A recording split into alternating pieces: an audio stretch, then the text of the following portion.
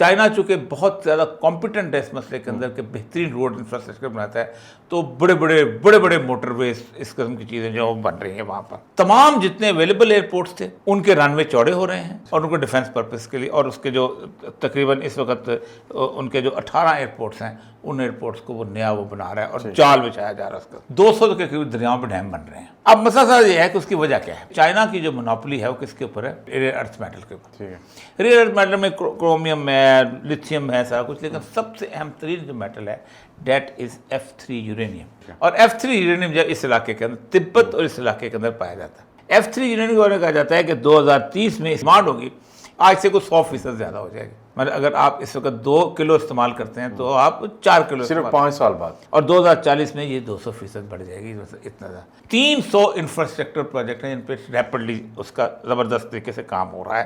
Shipping کا جو airport ہے وہ اتنا بڑا ایئرپورٹ ہو چکا ہوا ہے کہ 12 کے 13 ایٹ اے ٹائم بک اتار سکتے ہیں. تبت سے لے کے سچوان تک یہ ریلوے لائن بنا کر کے انفراسٹرکچر میں یہاں بھی اگر آپ کسی، اور یہ 1600 کلومیٹر کی ریلوے لائن ہے جس سے سپیڈی ہوگی اتنی کہ صرف 13 گھنٹے میں آپ سچوان پہنچ جائیں گے. وہاں تو نہ گھاس اگتی ہے، نہ انسان رہتے ہیں، نہ کوئی اور چیز ہے. چھوٹی جگہ ہیں، اس کے بعد آپ کیا کر رہے ہیں. ایک بہت بڑا ڈیم ہے میڈاک ڈیم، امریکہ کے سب سے بڑے ڈیم سے 3 گنا بڑا ڈیم ہے.